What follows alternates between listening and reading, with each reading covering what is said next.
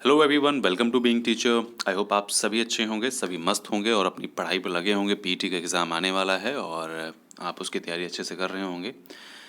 उसी के बीच में हम आपसे कुछ इंपॉर्टेंट बात करना चाहते हैं। बात ये है कि कुछ नोटिफिकेशंस आए हैं, उसके रिगार्डिंग हम इस वीडियो में बात करेंगे।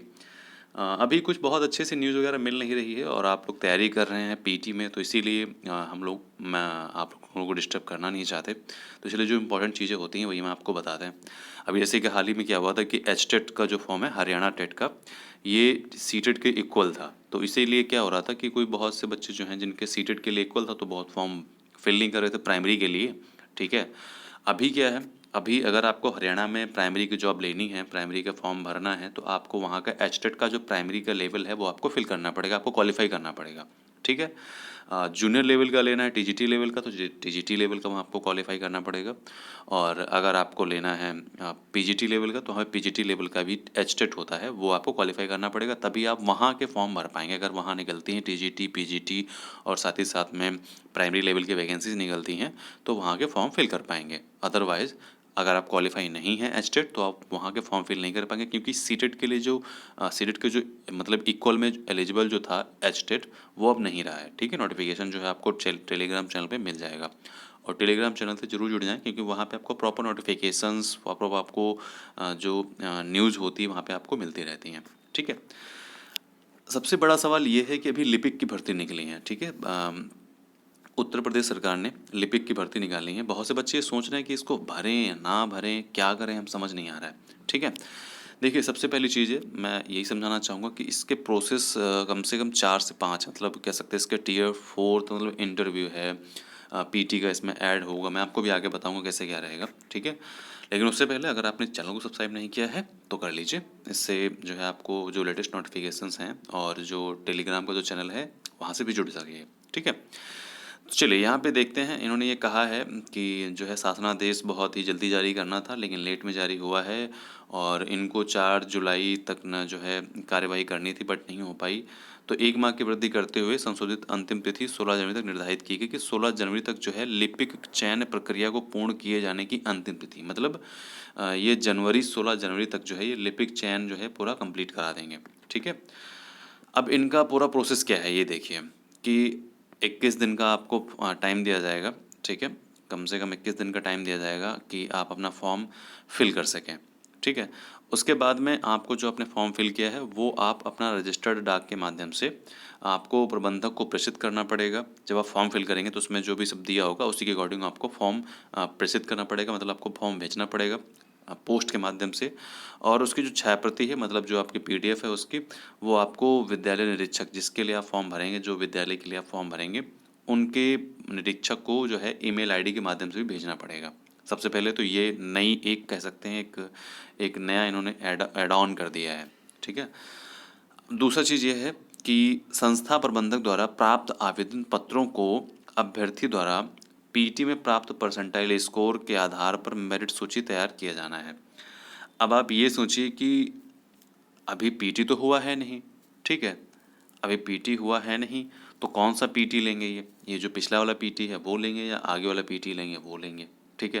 क्योंकि अगर अगला वाला पीटी भी हो जा रहा है तो अभी तो 15 अक्टूबर को है, और फॉर्म ये अभी आ गए हैं। ठीक है। और इनको भरना रहेगा, उसके बाद में फिर कम, मतलब ये पुराना पीटी के अकॉर्डिंग ही फॉर्म आपका भरा जाएगा। ठीक है।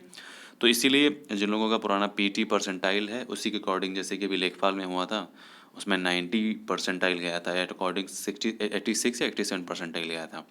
तो सेम इसमें भी ऐसा ही होने वाला है। तो इसमें जिनका परसेंटाइल अच्छा है उन्हीं को ही प्रायोरिटी दी जाएगी। उसके बाद में मेरिट के आधार पर एक पद के सापेक्ष 10 आवेदकों को कंप्यूटर पर टंकण परीक्षा हेतु तथा संबंधित शासनादेश में उल्लिखित व्यवस्था अनुसार कंप्यूटर पर टंकण परीक्षा कराया जाना है। ठीक है। मतलब जो टाइपिंग है उसको जितने लोग पास होंगे, मेरिट सूची बनेगी। ठीक है। उसको जितने लोग पास करेंगे उसके अकॉर्डिंग आपको टाइपिंग के लिए बुलाया जाएगा। ठीक है।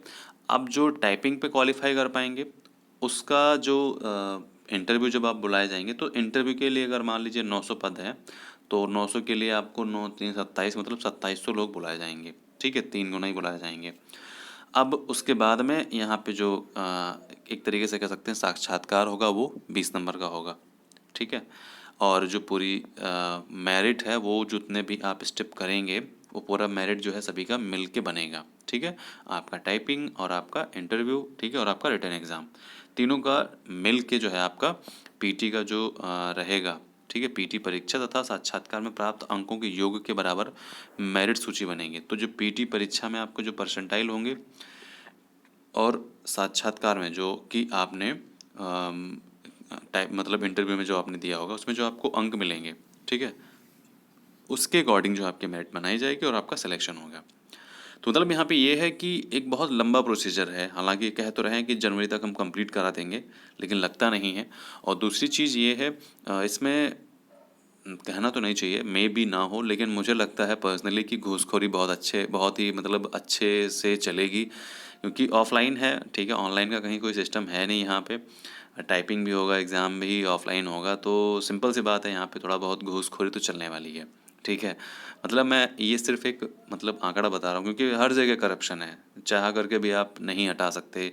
एक अगर गरीब बच्चा जो है, जो अपनी मेहनत के दम पे अगर जो नौकरी लेना चाहे, तो बहुत मुश्किल है, नामुमकिन नहीं है लेकिन बहुत मुश्किल है, ठीक है। तो इसलिए मेरा यही कहना है कि आप लोग अगर फॉर्म भरते हैं इसका, ठीक है, तो आप लोगों को बहुत ही थोड़ा सा कह सकते हैं ना, पेशेंस रखना पड़ेगा। पेशेंस के साथ में ही आप इसको फॉर्म भरें, और अगर आप में गट्स है कि हाँ हम इसको क्वालिफाई कर लेंगे, टाइपिंग अगर आपकी अच्छी है, और अगर आप इंटरव्यू में कॉन्फिडेंट रह करके अगर आपने इंटरव्यू अच्छे से दिया, ठीक है, तब भी आप चांसेस आपके हाई हैं, अदरवाइज़ मुश्किल है, क्योंकि कुछ सीटें पहले से ही आप, आई होप आप लोग समझ रहे होंगे ना, तो बस वही चीज़ है। तो इसीलिए फॉर्म मेरा यही कहना है ओवरऑल कि मेरा 70% है कि फॉर्म ना भरें, 30% है कि फॉर्म भर दें, एक बार ट्राई कर लें, ठीक है, अगर आप उसमें पारंगत हैं, मतलब अगर आप उसमें टैलेंटेड हैं इस एग्ज़ाम के लिए, ठीक है, तब ओके। तो आज के लिए इतना ही, मिलते हैं नेक्स्ट वीडियो में। ध्यान रखिए अपना, कोई डाउट हो तो आप नीचे कमेंट करके बता सकते हैं और मैं इसको क्लियर करूँगा। बाकी ध्यान रखिए, मिलते हैं नेक्स्ट वीडियो में, बाय बाय।